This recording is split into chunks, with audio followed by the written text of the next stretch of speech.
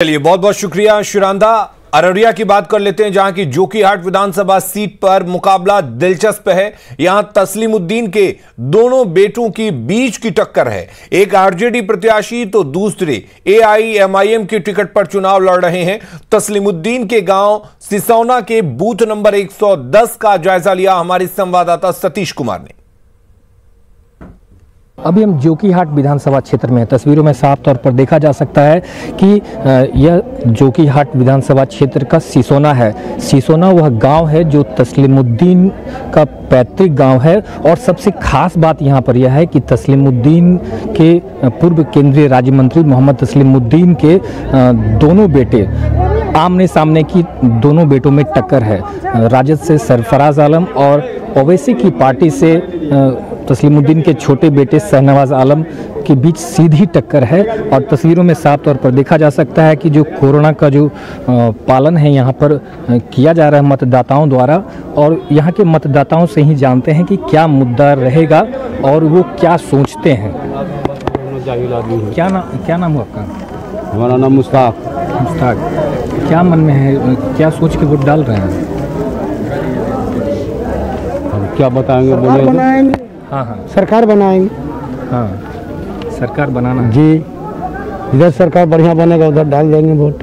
अच्छा, जिधर सरकार बनेगा बढ़िया उधर। जी जी। और यहाँ की जो समस्या है जोकीहाट की और मुख्य समस्या, और हमारे साथ हमारे मेहमान भी लगातार जुड़े हुए हैं, उनसे कुछ प्रतिक्रियाएं लेते हैं। हमारे साथ मृत्युंजय तिवारी आरजेडी के नेता जुड़े हुए हैं, साथ ही हमारे साथ विनोद शर्मा जी जुड़े हुए हैं, बीजेपी नेता हैं, और इसके साथ संजय कुमार जी जुड़े हुए हैं, वरिष्ठ पत्रकार हैं। आप तीनों का बहुत बहुत स्वागत है। मृत्युंजय तिवारी, आपसे जानना चाहेंगे, कोसी और सीमांचल क्या फैसला करेगा महागठबंधन के लिए, महागठबंधन की किस्मत का? देखिए, कोसी और सीमांचल का इलाका जहां आज तीसरा चरण का मतदान हो रहा है, अंतिम चरण है। 2 चरणों के बाद ही यह स्पष्ट हो गया कि महागठबंधन की सरकार तेजस्वी यादव के नेतृत्व में बिहार में बनने जा रही है।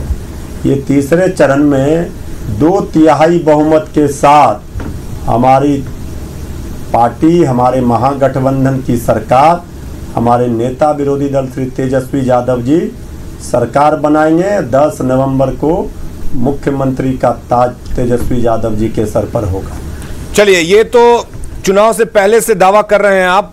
खैर, विनोद शर्मा जी, आपसे जानना चाहेंगे, कोसी और सीमांचल यहाँ के वो कौन से मुद्दे हैं जो आपकी पार्टी की तरफ वहां के मतदाताओं को आकर्षित कर सकते हैं? देखिए, वहां पिछले लोकसभा का रिजल्ट देख लीजिए, आपको स्पष्ट नजर आएगा कि हमारे आदरणीय प्रधानमंत्री जी ने जो विश्वास दिलाया है भारतवासियों को, बिहारवासियों को, और विकास जो दिखाया हमारे आदरणीय मुख्यमंत्री ने, वो अभी भी कायम है।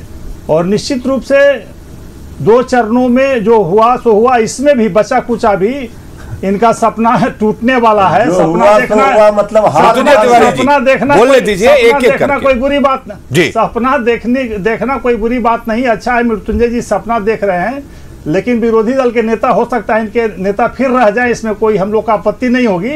लेकिन बिहार की जनता ने मन बना लिया है, क्योंकि हम आपके सारे चैनलों के प्रतिनिधि को देख रहे हैं जो बातें करते हैं लोकल स्तर पर, तो सब ने कहा कि चलिए, बिहार की जनता ने मन तो बना लिया है, लेकिन ये मन किसके लिए बनाया है ये 10 तारीख को साफ होगा। संजय कुमार जी, आपसे जानना चाहेंगे, क्या वजह है कि 15 साल बनाम 15 साल की बात तो होती रही पूरे चुनाव प्रचार के दौरान, लेकिन क्या वजह है ना तो वो 15 साल और ना ये 15 साल? आपको क्या लगता है, क्या वाकई कोसी और सीमांचल की किस्मत बदली या कमी कहां रह गई?